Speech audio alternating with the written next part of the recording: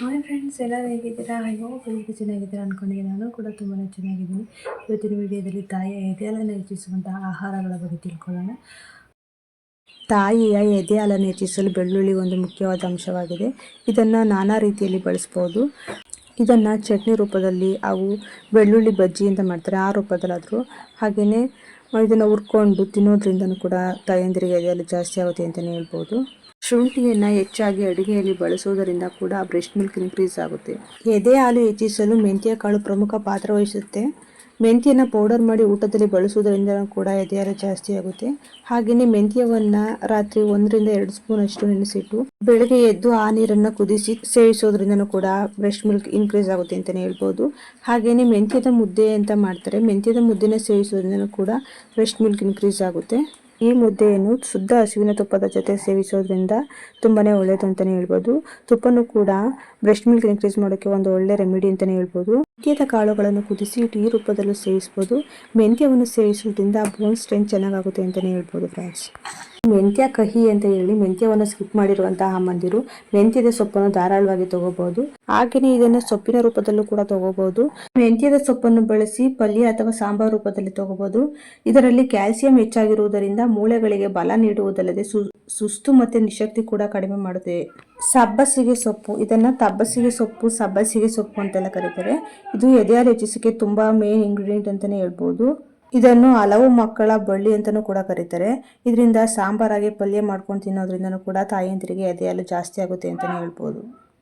Non veg ತಿನ್ನುವಂತಹ ಬಾಣಂತಿಯರು mutton ಅನ್ನು ಧಾರಾಳವಾಗಿ ತಗೋಬಹುದು. ಮಟನ್ ನಲ್ಲಿ ಐರನ್, ಪ್ರೋಟೀನ್, ವಿಟಮಿನ್ B12 ಹೆಚ್ಚಾಗಿರುವುದರಿಂದ ತಾಯಿಯ ಎದೆ ಹಾಲನ್ನು ಹೆಚ್ಚಿಸಕ್ಕೆ ಸಹಾಯ ಮಾಡುತ್ತೆ. ಮಟನ್ ಜೊತೆಗೆ ಕಾಲ್ ಸೂಪ್ನ ತಗೋಬಹುದು. ಕಾಲ್ ಸೂಪ್ ತಗೊಳ್ಳೋದ್ರಿಂದ ಬಾಣಂತಿಯರಿಗೆ ಎದೆ ಹಾಲು ಜಾಸ್ತಿ ಆಗುತ್ತೆ ಅಂತಲೇ ಹೇಳ್ಬೋದು. ಬಾಣಂತಿಯರು ಎಗ್ ವೈಟ್ನ ಧಾರಾಳವಾಗಿ ತಗೋಬಹುದು. ಇದರಲ್ಲಿ ಪ್ರೋಟೀನ್ ಜಾಸ್ತಿ ಇದ್ದು ಬಾಣಂತಿಯರಿಗೆ ಕಾಡುವಂತಹ ಏರ್ ಫಾಲ್ ಕಮ್ಮಿ ಆಗುತ್ತೆ. ಹಾಗೆಯೇ ಬೇಬಿಗೂ ಕೂಡ ಏರ್ ಗ್ರೋತ್ ಚೆನ್ನಾಗಾಗುತ್ತೆ. ವೈಟ್ ರೈಸ್ನ, ಅದರಲ್ಲೂ ಪಾಲಿಶ್ ಮಾಡದೇ ಇರುವಂತಹ ರೈಸ್ನ ತಗೋಬೇಕಾಗುತ್ತೆ ಬಾಣಂತಿಯರು. ಅಥವಾ ಬ್ರೌನ್ ರೈಸ್ ಅಂತ ಕರೀತಾರಲ್ಲ, ಕುಸಲಕ್ಕಿ ಅಂತ ಹೇಳ್ತಾರಲ್ಲ, ಅದನ್ನು ಕೂಡ ತಗೋಬಹುದು.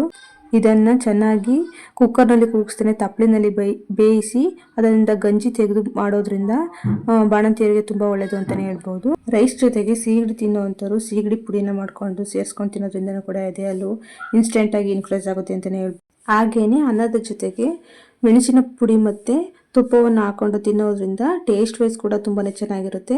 ಇದರಿಂದ ಎದೆ ಹಾಲು ಇನ್ಕ್ರೀಸ್ ಆಗುತ್ತೆ. ಜೀರಿಗೆನ ಚೆನ್ನಾಗಿ ರೋಸ್ಟ್ ಮಾಡಿಕೊಂಡು ನಿಮ್ಮ ಎಲ್ಲ ಆಹಾರದಲ್ಲಿ ಬಳಸ್ಕೋಬಹುದು.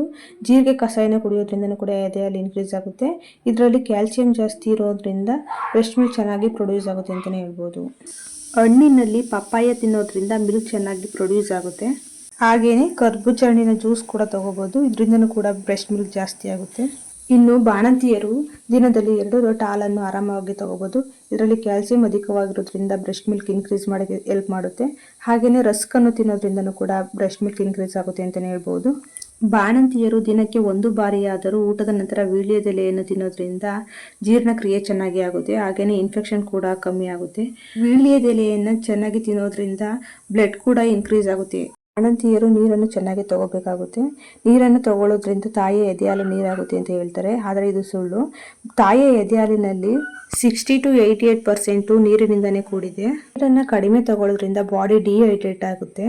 ಸೊ ಅದರಿಂದ ಬಾಣಂತಿಯರು ದಿನದಲ್ಲಿ 4 ರಿಂದ 5 ಲೀಟರ್ ನೀರನ್ನು ತಗೊಳ್ಳೋದು ತುಂಬ ಒಳ್ಳೆಯದು. ನಾವು ಯಾವುದೇ ಆಹಾರವನ್ನು ತಗೊಂಡ್ರೂ ಕೂಡ ನಮಗೆ ಬ್ರೆಸ್ಟ್ ಮಿಲ್ಕ್ ಬರ್ತಾ ಇಲ್ಲ ಅಂದರೆ ಅದಕ್ಕೆ ಮೇನ್ ರೀಸನ್ ಬಂದು ಸ್ಟ್ರೆಸ್ ಅಂತಲೇ ಹೇಳ್ಬೋದು. ಮಕ್ಕಳಿಗೆ ತಾಯಿ ಎದೆ ಹಾಲಿನಲ್ಲಿ ಸಿಗುವಂಥ ಪೌಷ್ಟಿಕಾಂಶ ಬೇರೆ ಎಲ್ಲೂ ಸಿಗಲ್ಲ ಅಂತಲೇ ಹೇಳ್ತಾರೆ.